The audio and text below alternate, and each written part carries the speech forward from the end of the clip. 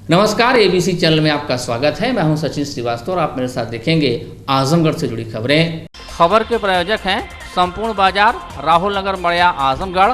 सामानों पर 10 से 40% तक की छूट। Cross valley international school, Kukulipur, Sathiyav, Azamgarh और wooden touch, Bhavnath, Azamgarh. Corona के बढ़ते मामले को देखते हुए जहां शासन ने एक माह पूर्व गुलजार रहने वाले जिले के सरकारी अस्पतालों की ओपीडी सख्त हिदायत के साथ बंद करने का निर्देश जारी किया था, वहीं अब शुक्रवार से अस्पतालों की रौनक लौट आई। सरकारी अस्पतालों में ओपीडी बंद होने के कारण प्राइवेट अस्पतालों की चांदी कट रही थी। मरीजों और तीमारदारों को अनेक परेशानियों का सामना करना पड़ रहा था। शासन ने जिले में आए दिन घट रहे कोरोना के मामले को संज्ञान में लेते हुए जिले के सभी सरकारी अस्पतालों को निर्देशित किया कि कोविड नियमों का पालन करते हुए ओपीडी खोली जाए। एक सप्ताह पूर्व शासनादेश के अनुसार आंख, कान, नाक की ओपीडी सुबह 10 बजे से 12 बजे तक चल रही थी। वहीं अब इस सभी प्रकार की ओपीडी सुबह 8 बजे से 2 बजे तक चलेगी। सर्जन मरीजों की कोविड जांच करने के बाद ऑपरेशन करेंगे, तो वहीं फिजिशियन फीवर की जांच कर मरीजों को देख रहे हैं। प्रमुख चिकित्सा अधीक्षक डॉक्टर अनूप कुमार सिंह ने बताया कि कोरोना के बढ़ते मामले को देखते हुए करीब 1 माह पूर्व ओपीडी सेवाएं बंद थी, जो आज से पुनः शुरू की गई हैं। उन्होंने बताया कि मरीजों और उनके परिजनों को कोविड की गाइडलाइन का पालन करना होगा। जब देश में कोरोना का संकट बहुत ज़्यादा बढ़ चुक गया था तो राज्य सरकार ने मंडली जिला चिकित्सालय की ओपीडीज को बंद कर दिया था। तो लगभग 1 महीने बाद जब आज कोरोना संकट काफ़ी कंट्रोल में है तो सारी ओपीडीज को खोल दिया गया है। अब चिकित्सक 8 बजे से 2 बजे तक यहाँ पर सभी विभागों की ओपीडीज संचालित करेंगे। अच्छा, कोविड-19 की अनुपालन के जो मानक है उसके अनुसार ही सब कंपनी सैनिटाइजर। कोविड-19 के मानकों के अनुपालन के लिए हमारे यहाँ खड़े होने की जगह पे गोले बनाए गए हैं तथा बैठने की जगहों पर भी गोले बनाए गए हैं। तो सारे रोगियों और उनके अटेंडेंटों से ये अनुरोध किया जाता है कि वे कोविड के मानकों का अनुपालन करें। सर, जनता से क्या कहना चाहेंगे कि ओपीडी चालू किया सेवा को? जनता से यही कहना चाहेंगे कि वो ओपीडी की सेवाओं का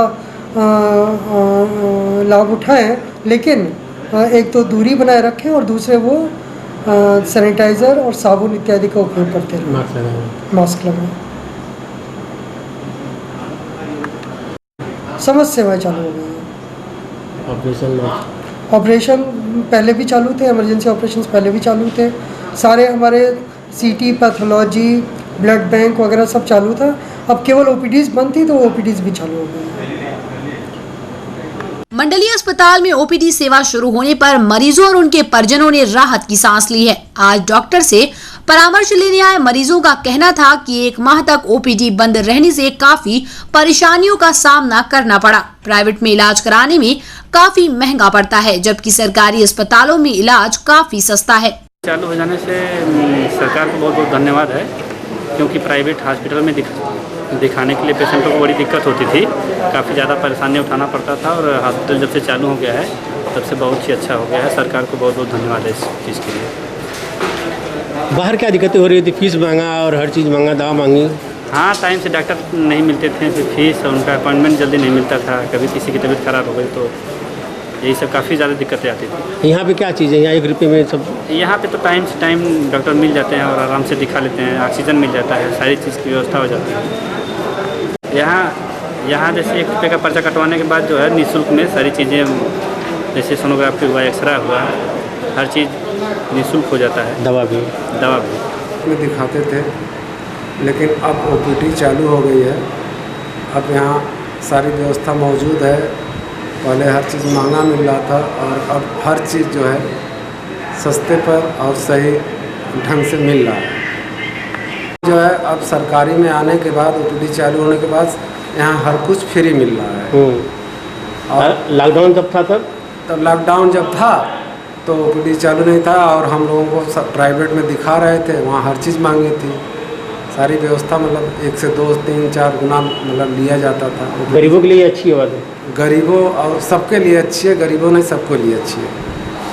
समाजवादी पार्टी आजमगढ़ के निवर्तमान जिला अध्यक्ष हवलदार यादव को राष्ट्रीय अध्यक्ष के निर्देश पर दोबारा जिला अध्यक्ष बनाए जाने पर कार्यकर्ताओं ने फूलमाला पहनाकर भव्य स्वागत किया। जिला अध्यक्ष हवलदार यादव सुबह लखनऊ से फैजाबाद के रास्ते से चलकर जैसे ही दोनों जनपदों की सीमा में पहुंचे, बड़ी संख्या में कार्यकर्ताओं ने जगह जगह फूलमाला पहनाकर भव्य स्वागत किया। पार्टी कार्यालय आजमगढ़ पहुंचने पर उनका जोरदार स्वागत किया गया। स्वागत से अभिभूत जिला अध्यक्ष ने कहा कि राष्ट्रीय अध्यक्ष जी ने दोबारा जिम्मेदारी देकर जो हम पर विश्वास किया है उस पर पूरा खरा उतरने का प्रयास करूंगा। पार्टी के कार्यकर्ता एकजुट होकर प्रदेश को बचाने के लिए 2022 में अखिलेश यादव जी की सरकार बनाए। उन्होंने राष्ट्रीय अध्यक्ष के प्रति आभार प्रकट किया। हवलदार यादव के स्वागत समारोह के दौरान समाजवादी पार्टी के नेता और कार्यकर्ता कोविड की गाइडलाइन का पालन करना भूल गए। सोशल डिस्टेंसिंग तो तार हुई, उसके साथ ही बहुत से ऐसे कार्यकर्ता भी रहे जो मास्क नहीं लगाए हुए थे। स्वागत के दौरान कार्यकर्ताओं की भारी भीड़ देखी गई। स्वागत समारोह के दौरान जिला अध्यक्ष हवलदार यादव मीडिया के सवाल से भी बचते नजर आए। उन्होंने मीडिया से बातचीत नहीं की, जबकि मीडिया कर्मियों के मन में समाजवादी पार्टी को लेकर कई सवाल थे, जैसे कि एक बार हवलदार यादव और 2 बार उनकी पुत्र वधू मीरा यादव जिला पंचायत अध्यक्ष पद पर रह चुकी हैं। इसके बाद भी 2021 के चुनाव में मीरा यादव को एक बार फिर जिला पंचायत अध्यक्ष पद का प्रत्याशी क्यों नहीं बनाया गया? इसका क्या कारण हो सकता है? पंचायत चुनाव में समाजवादी पार्टी को आशा के अनुरूप सफलता क्यों नहीं मिली? साथ ही पार्टी में चल रही गुटबाजी का असर आगामी जिला पंचायत अध्यक्ष और ब्लॉक प्रमुख के चुनाव पर कितना पड़ेगा? क्या समाजवादी पार्टी अपने ही गढ़ में परचम लहरा पाएगी? लेकिन इन सभी सवालों को मीडिया कर्मी अपने ही मन में लिए हुए बिना जवाब के पार्टी कार्यालय से बाहर आ गए। स्वागत करने वालों में पार्टी के राष्ट्रीय प्रवक्ता आईपी सिंह, पूर्व सांसद नंदकिशोर यादव, विधायक कल्पनाथ पासवान, डॉक्टर संग्राम यादव, पूर्व विधायक श्याम बहादुर सिंह यादव, आदिल शेख, पूर्व मंत्री विद्या चौधरी, पूर्व अध्यक्ष अखिलेश यादव, जयराम पटेल, रामाश्री राय, जिला पंचायत सदस्य राम प्रवेश यादव, आशीर्वाद यादव, संजय यादव, डॉक्टर राम दुलार राजभर, पूर्व मंत्री बबीता चौहान, प्रेमा यादव, किरण श्रीवास्तव, जुरार खान, राजेश गिरी, शिशुपाल सिंह आदि शामिल थे।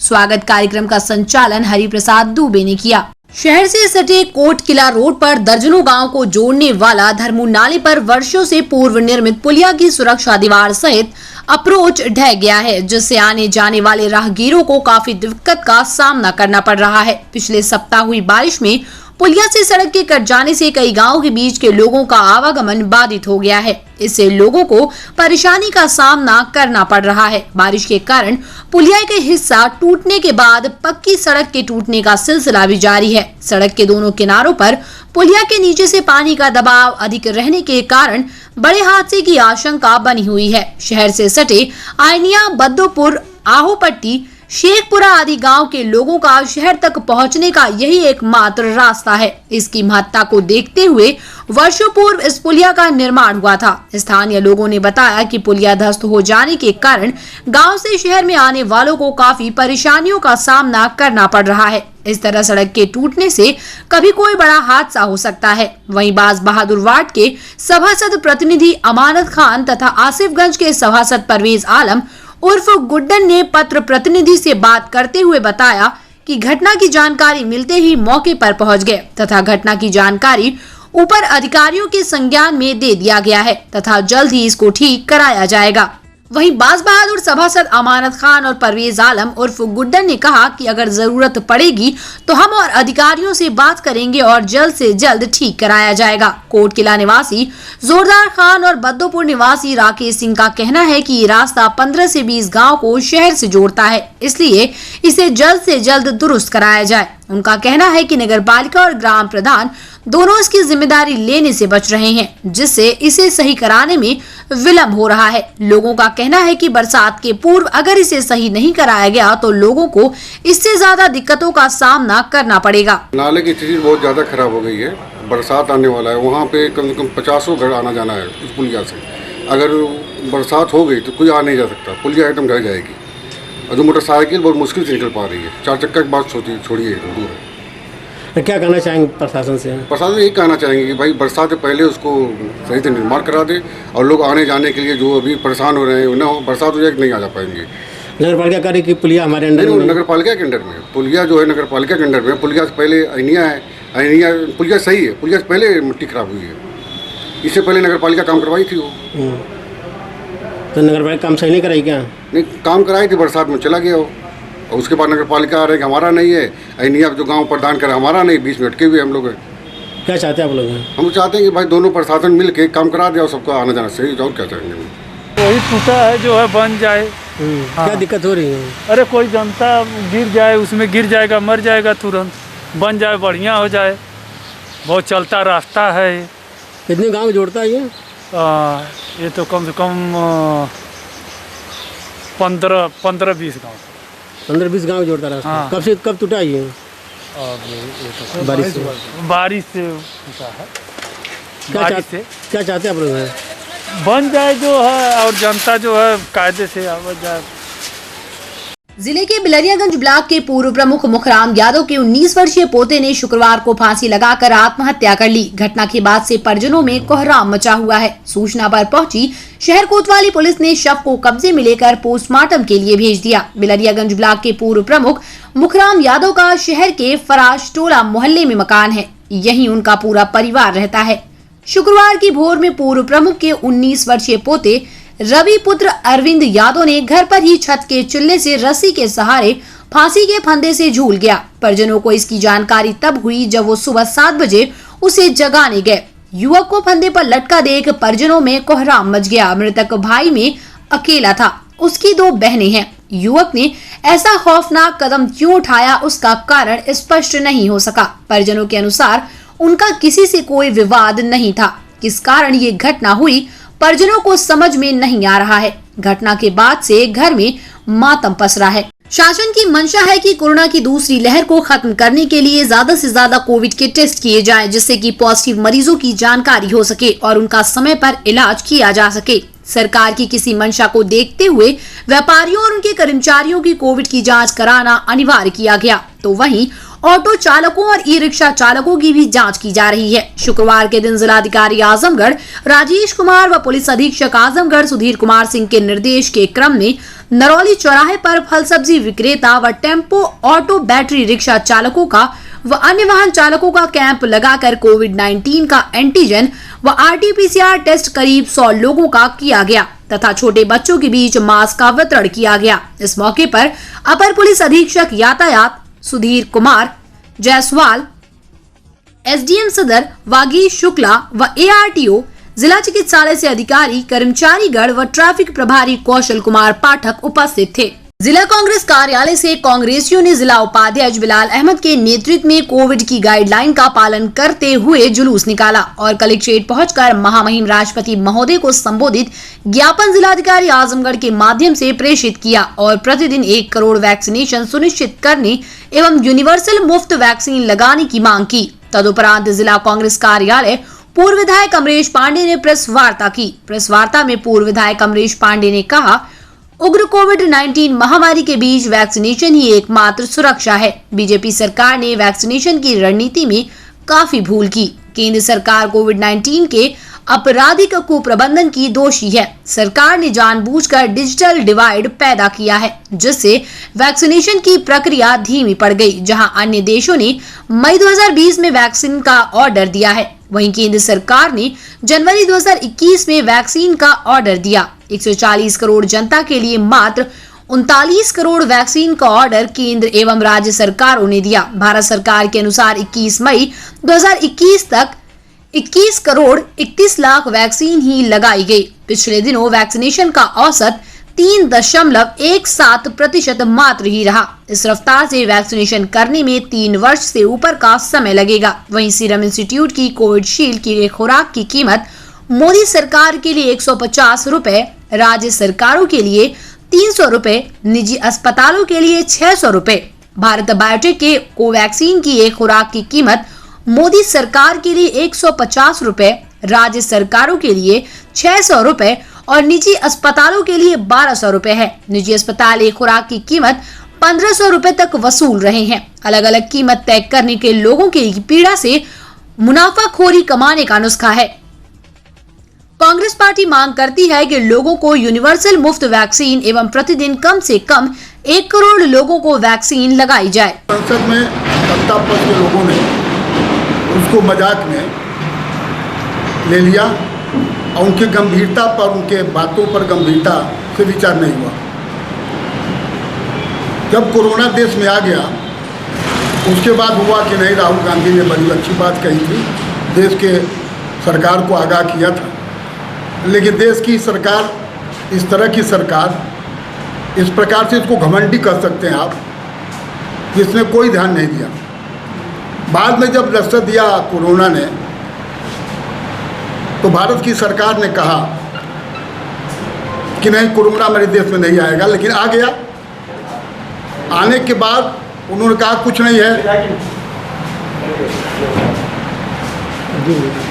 महाभारत की लड़ाई 18 महीने में जीत लिया, ख़त्म हो गई। हमको इसको 21 दिन में इसको हम ख़त्म कर देंगे, लेकिन कुछ नहीं हुआ। इस देश की सरकार ने इस देश की पूरी जनता से थाली पिटवाया, मोमबत्ती जलवाया कि इससे कोरोना भाग जाएगा। लेकिन वो कोरोना की दूसरी लहर आ गई। दूसरी लहर में तो इतना नुकसान हुआ इस देश में, जनमानस में, जनता में इतना नुकसान हुआ। किसी को सिलेंडर नहीं मिला, किसी को दवा नहीं मिली, किसी को डॉक्टर नहीं मिला। वो लेके अस्पतालों के चौराहे पर लोग, गेटों पर लोग, कितनी लाशें गायब हो गई, कितना लोगों के माता पिता खो दिया, कितना ने अपने बच्चों को खो दिया, और सरकार पूरा हाथ छोड़ दे दिया इस देश की जनता को कि आप अपने राह पर जियो, अपने दवा करो, सरकार का कोई। यह आज स्थिति इस देश की है। उसी में कांग्रेस पार्टी ने इस बात को बार बार कह रही है कि कोरोना से लड़ना है तो वैक्सीन हर व्यक्ति को लगाया जाए। पूरे देश में जितने वैक्सीन हैं, जितनी सुई है, उस सुई को पूर्ण रूप में लगाया जाए, लेकिन आज वो व्यवस्था नहीं है। आज पूरे हमने देखा है कि 18 से प्लस के जितने लड़के हैं आज सड़कों पर घूम रहे हैं, उनको कहीं कोरोना का टीका लगने की स्थिति नहीं है। इसलिए हमारी पार्टी ये कर रही है कोरोना का टीका लगाओ। और जो हमने देश में, पूरे विदेश में जितना कोरोना आया, आज कोरोना विदेश में नहीं है। आज अमेरिका में कोरोना ख़त्म, आज कोई कोरोना का नाम ले रहा है। जहाँ से कोरोना पैदा हुआ था वहाँ भी कोरोना ख़त्म। लेकिन हमारे हिंदुस्तान में इस तरह की सरकार है जिस सरकार ने इस पर ध्यान नहीं दिया, और इसका परिणाम हुआ कि आज कोरोना इस रूप में हमारे देश में, हमारे प्रदेश में दस्तक दे दी है कि इसको रोकना बड़ा कठिन हो गया है। रोकने का रास्ता एक ही है, उसका वैक्सीन। और वैक्सीन विदेशों ने पहले ही अपना ऑर्डर दे दिया। हमारे यहाँ इसी जनवरी में ऑर्डर गया है वैक्सीन का। जो हमारे देश में वैक्सीन बना उसको बाहर विदेश भेज दिया गया। कि हमने इतना तेज़ी से प्रगति किया है कि हमने विदेश भेज दिया, हमारे देश का वैक्सीन चला गया विदेश, हमने आज तक निर्यात नहीं कर पाए।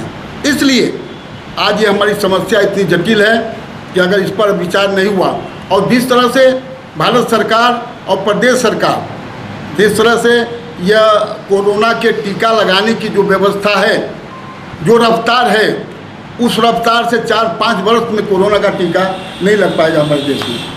इनकी इतनी धीमी गति है। इसलिए हमारी सरकार, हमारी पार्टी कह रही है कि नहीं, सरकार से मांग करती है। इसीलिए हमने विज्ञापन भी दिया, हमारी पार्टी के लोगों ने दिया, राष्ट्रपति के माध्यम से सरकार को आगाह किया कि इस तरह का वैक्सीन हमारे देश में इस तरह से किया जाए। कम से कम 1 करोड़ अगर प्रतिदिन वैक्सीन लगे, 1 करोड़ कम से कम लगे, तो हम समझते हैं कि हम इसकी पूर्ति कर लेंगे। अन्यथा जो गति है, इस गति में तो कई बरस लग जाएंगे, 3-4 बरस यह विकराल रूप धारण करेगा। देश में जितने लोग हैं। बिलरियागंज थाना क्षेत्र के अकबरपुर बैरवा गांव निवासिनी गीता देवी पत्नी वीरेंद्र यादव ने शुक्रवार के दिन पुलिस अधीक्षक को प्रार्थना पत्र देकर न्याय की गुहार लगाई। उनका कहना है कि उनके पति रोजगार के लिए गुजरात में रहते हैं और वो अपने 7 वर्षीय पुत्र को लेकर गांव में रहती है। जहां उनका पड़ोसी आए दिन उन्हें परेशान करता रहता है। इस बार सरकारी नाली तोड़ने से मना करने पर मारने पीटने लगा और जब इसकी शिकायत लेकर थाने पर गए तो कोई सुनवाई नहीं हुई। पीड़िता ने एसपी से गुहार लगाते हुए दबंग पड़ोसी के खिलाफ कड़ी कार्रवाई की मांग की। मेरे पड़ोसी वाले हैं, मतलब गांव के हैं, वो करीबन मुझे 20 बार लाठी उठा चुके मारने के लिए। इस बार तो सरकारी नाली का निर्माण हुआ था हमारे घर के सामने। उस नाली को तो अपने घर के सामने करीबन 20 फीट तोड़ चुके थे। हमारे घर के सामने जब आए नाली तोड़ने के लिए, हम मना किए इस नाली को मत तोड़िए, तो कह रहे हैं कि तोड़ेंगे। तो हम बोले कि ये नाली जाइए प्रधान जी को लेके आइए, वो बोलते हैं तो तोड़ के फेंक दीजिए, नहीं तो इसके पहले हम नहीं तोड़ने देंगे। तो इसलिए जब हम ये बात बोले, बस तो जो है कि हमको लाठी डंडा लेकर के मारने के लिए दौड़ा लिए। हम घर के अंदर भाग गए और एक छोटकुन मास्टर हैं, वो खड़ा होकर के नाली तोड़वा रहे थे और हमको बोलने के बाद लोग हमको लाठी डंडा लेके मारने लगे।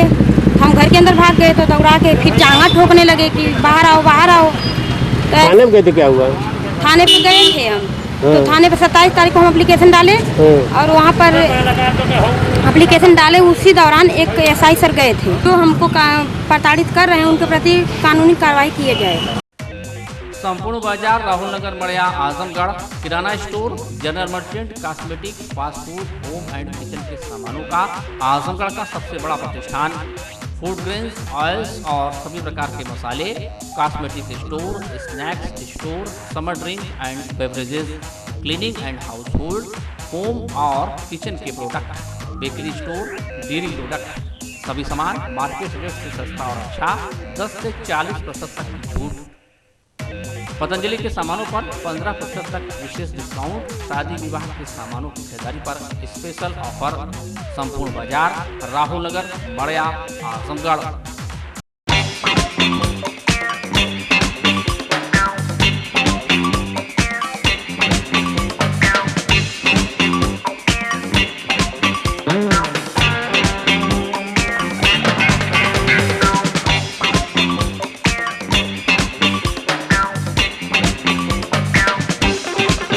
Wooden touch, Bhanwarnath, Azamgarh, a complete hardware store. हमारे यहाँ branded plywood, flush door, designer door, PVC door, Formica, fancy hardware, kitchen की चिमनी एवं मॉड्यूलर किचन की एक्सक्लूसिव रेंज उपलब्ध। अपने आशियाने में लगाइए 4 चांद, पहुंचिए वुडन टच, भंवरनाथ, आजमगढ़।